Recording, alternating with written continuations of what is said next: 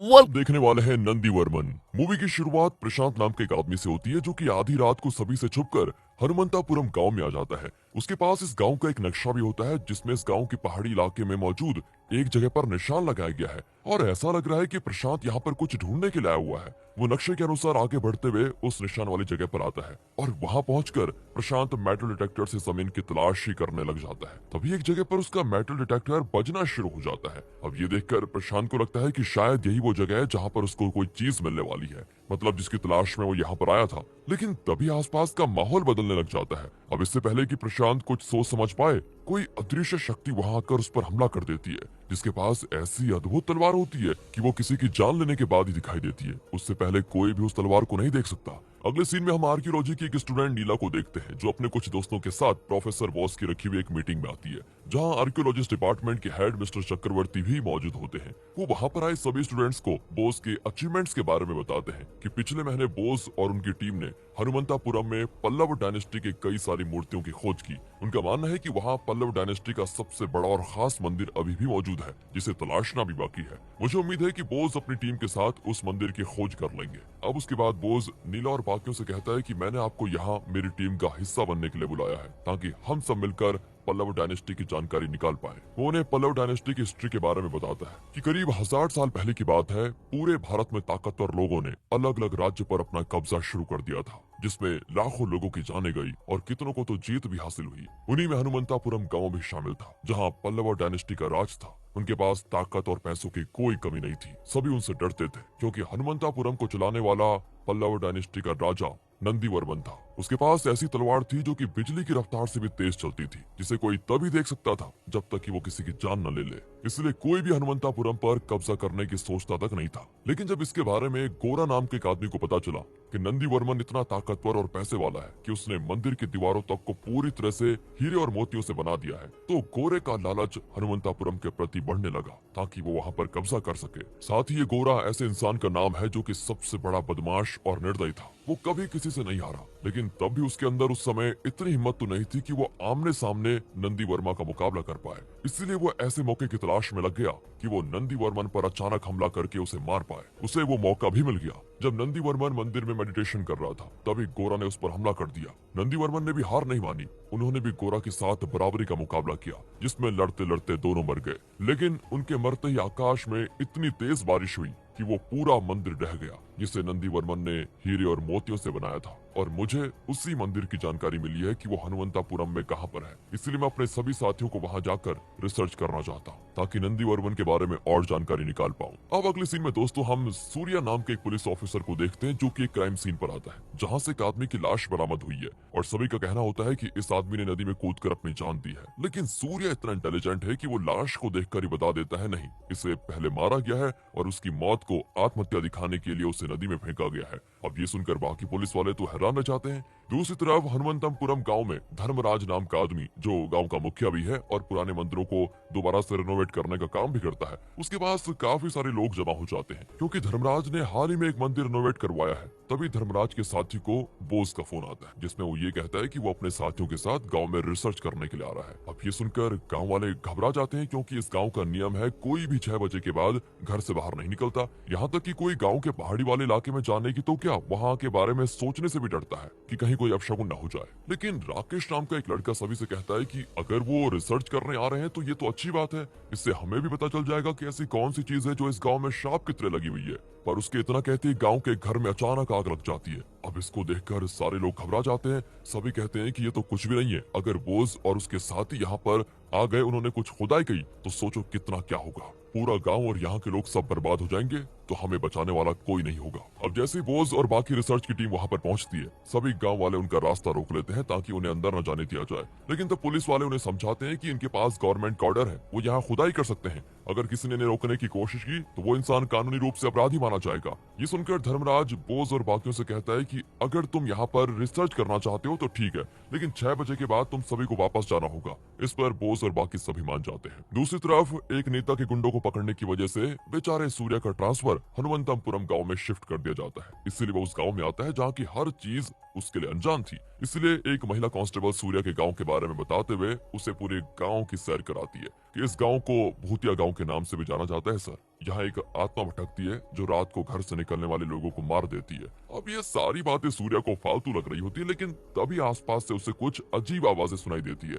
ऐसा लग रहा है कि वो आवाजें उसे मदहोश कर रही है, जिस वजह से वो पीछे आ रही ट्रक को देख नहीं पाता। लेकिन इससे पहले कि वो ट्रक सूर्या को टक्कर मारता, गांव के कुछ लड़के वहां पर आकर उसे बचा लेते हैं। इस चीज से तो सूर्या हैरान था ही कि अचानक ये हो क्या गया भाई। अगले सीन में बोस और बाकी जब खुदाई का काम शुरू करने वाले होते हैं, तभी अचानक जेसीबी के आगे का हिस्सा बिना ड्राइवर के ही कुमार नाम के एक लड़के जो कि नीला का दोस्त है उसके ऊपर गिरने वाला होता है, लेकिन सही समय पर साइड हो जाने की वजह से उसकी जान बच जाती है। अब ये देखकर सभी एकदम हैरान हो जाते हैं कि ये चीजें कैसे हो रही हैं अपने आप। लेकिन तभी वहां पर एक अघोरी आकर सभी से कहता है कि तुम सब यहाँ उस मंदिर को ढूंढकर उसका खजाना हासिल करना चाहते हो ना, लेकिन याद रहे ये तुम्हारी सबसे बड़ी भूल होगी। अभी भी टाइम है, यहाँ से चले जाओ वरना पछताने तक का मौका नहीं मिलेगा। इतना कहकर वो अघोरी भी चला जाता है। अब कुछ टाइम के बाद सूर्या बोस की रिसर्च साइट पर आता है, क्योंकि उसे यहाँ की देखभाल करने का काम दिया गया है। वो इसीलिए ताकि बोस को गांव वाले उसकी रिसर्च में परेशान न कर पाए। तब वहाँ पर सूर्य की मुलाकात नीला से होती है और थोड़ी बातों में दोनों एक दूसरे को पसंद करने लग जाते हैं। जिसके बाद नीला को जमीन की खुदाई के दौरान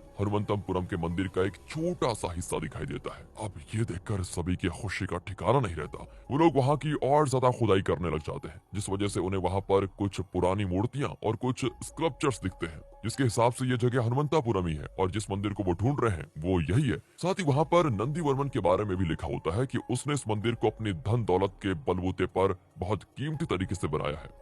अब ये जानकर बोस और बाकी सभी बड़े खुश होते हैं कि वो अपने लक्ष्य के काफी करीब पहुंच चुके हैं। अगले सीन में राकेश और उसके बाकी दोस्त आपस में बात कर रहे होते हैं, जहां वो सभी से ये कहते हैं कि बोस और बाकी यहाँ उस मंदिर का खजाना ढूंढने आए हैं और उन्हें वो मंदिर मिल भी गया। लेकिन इतना सब करने के बाद भी कुछ हुआ नहीं गांव में, मतलब कुछ अनहोनी। और आज तक जिस डर की वजह से हम उस पहाड़ी पर नहीं जा रहे थे, हमें लगता है कि वो सब अफवाहें हैं। हमें भी वहां जाना चाहिए ताकि उस मंदिर का कुछ खजाना हमें भी मिल सके।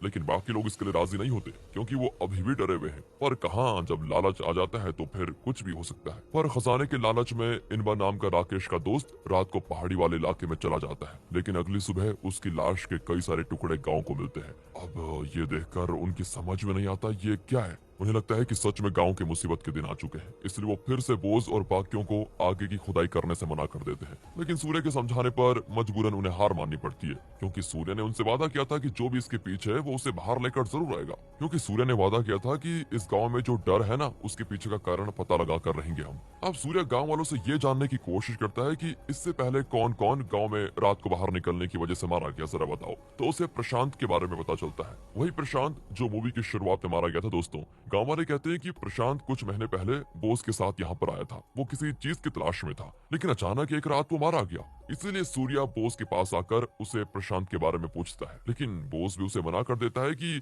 मुझे भी नहीं पता प्रशांत के साथ आखिर क्या हुआ। अगले सीन में बोस की खुदाई वाली जगह का अचानक ही मौसम बदलने लग जाता है, जिस वजह से वहाँ की जमीन भी फट जाती है। ये देखकर सारे हैरान होते हैं और उनको डर भी लगने लग जाता है कि ये हो क्या रहा है। तभी सूर्य के हाथ में मौजूद मेटल डिटेक्टर भी बजना शुरू हो जाता है और देखते ही देखते वहाँ की जमीन ऐसे क्रैक हो जाती है कि सूर्य उसके नीचे गिर जाता है। लेकिन उसकी किस्मत अच्छी होती है कि किसी मूर्ति पर उसका हाथ फंस जाता है, जिससे उसकी जान बच जाती है।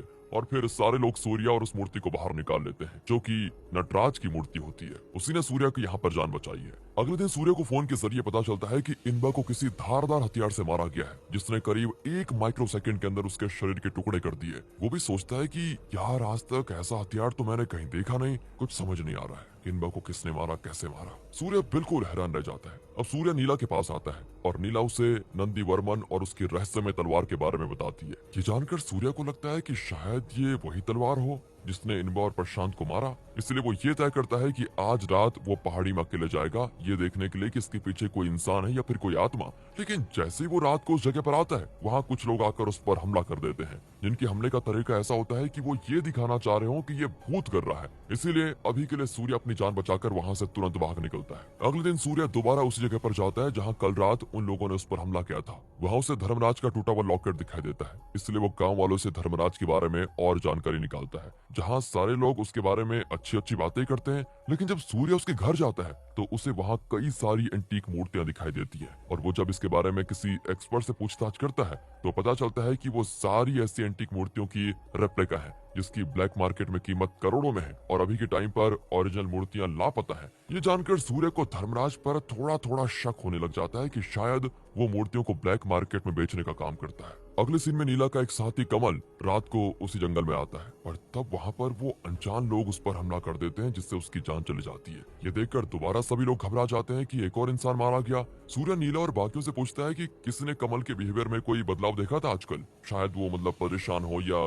कोई दूसरी बात, कोई ऐसी बात जिससे वो रात में जंगल में गया हो। तब एक लड़की कहती है कि कमल ने कहा था उसने मंदिर के अंदर जाने का रास्ता ढूंढ लिया है और इसके बारे में वो बॉस से बताने को जा रहा है, पर तब से मैंने उसको नहीं देखा जब से वो गया। और एक और चीज है कि तब से बॉस भी लापता है। अब यहाँ ये सीन कुछ टाइम पहले के समय पर मुड़ जाता है, जहाँ कमल बोस को मंदिर के अंदर जाने वाले रास्ते के बारे में बताता है। अब ये सुनकर बोस उसे कहता है कि किसी को इसके बारे में मत बताना, जिसके बाद रात को बोस अकेले ही उस जगह जाने के लिए निकलता है जिसके बारे में कमल ने उसे बताया था। अब ये देखकर कमल भी उसका पीछा करने लग जाता है ताकि देख सके कि आखिर बोस कहाँ जा रहा है, पर तभी दुर्भाग्य से अनजान लोग उसकी जान ले लेते हैं। अगले सीन में सूर्य अपनी बाकी पुलिस वालों के साथ स्टेशन आता है, जहाँ पर नटराज की मूर्ति होती है। लेकिन जब वो और नीला ध्यान से उस मूर्ति को देखते हैं तो उन्हें पता चलता है कि ये तो वो मूर्ति नहीं है जो उन्होंने जमीन से निकाली थी, बल्कि ये तो उसकी रेप्लिका है। असली तो कहीं गायब हो गई है, जिससे किसी को कुछ समझ में नहीं आता कि आखिर इसे किसने बदला होगा। अब सूर्य अपने सीनियर ऑफिसर के पास आकर उन्हें अपनी रिपोर्ट दिखाता है कि जहां तक मुझे लगता है जितने भी लोग रात को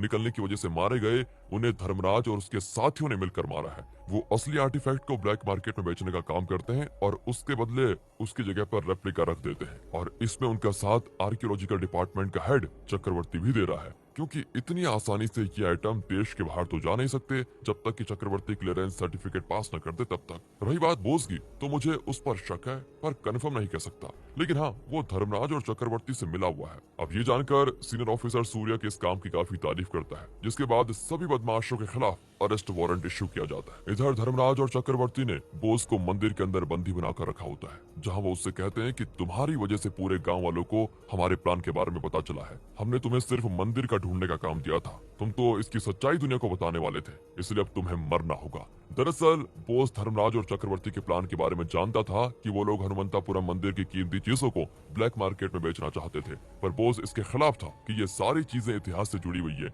इन्हें बेचना नहीं चाहिए। लेकिन इस प्रोजेक्ट में लगाए हुए पैसे चक्रवर्ती और धर्मराज के थे, इसलिए बोस मंदिर की जानकारी को तो निकालना चाहता था, लेकिन कीमती चीजें उनके हाथ नहीं लगने देना चाहता था। इसी वजह से उसने कमल को मना कर दिया कि इसके बारे में किसी को ना बताएं, पर कमल को लगा कि बोस कुछ गड़बड़ी करने वाला है, इसलिए वो उसका पीछा करने लग गया, पर धर्मराज और उसके साथियों ने उसे मार डाला। दूसरी ओर सूर्य और नीला गांव के एक लापता बच्चे को ढूंढ रहे होते हैं, जिसका असल में धर्मराज ने अपहरण किया है। तभी वहां की जमीन फट जाती है, जिससे सूर्य और नीला दोनों मंदिर के अंदर गिर जाते हैं, जहां धर्मराज उस लड़की के साथ बोस को भी मारने वाला होता है। इसलिए सूर्य सभी बदमाशों से लड़ना शुरू करता है। तभी सूर्य से लड़ने के लिए वहां पर कुमार आता है। ओह, इसके पास नंदीवर्मन की तलवार है, यानी कि ये भी धर्मराज के साथ मिला हुआ है, और इसी ने प्रशांत, कमल और इनबा को तलवार से मारा था ताकि कोई भी उनके ब्लैक मार्केट के बिजनेस के बारे में ना जान पाए। लेकिन तब सूर्य कुमार से वो तलवार लेकर उसकी ही जान ले लेता है, जिसके बाद पूरा मंदिर टूटना शुरू हो जाता है, जिसमें धर्मराज और चक्रवर्ती दोनों मारे जाते हैं। लेकिन सूर्य, बोस और बाकी बाहर आने में सफल हो जाते हैं। यानी कि आज भी नंदीवर्मन की आत्मा अपने गांव और वहां के लोगों की मदद करती है।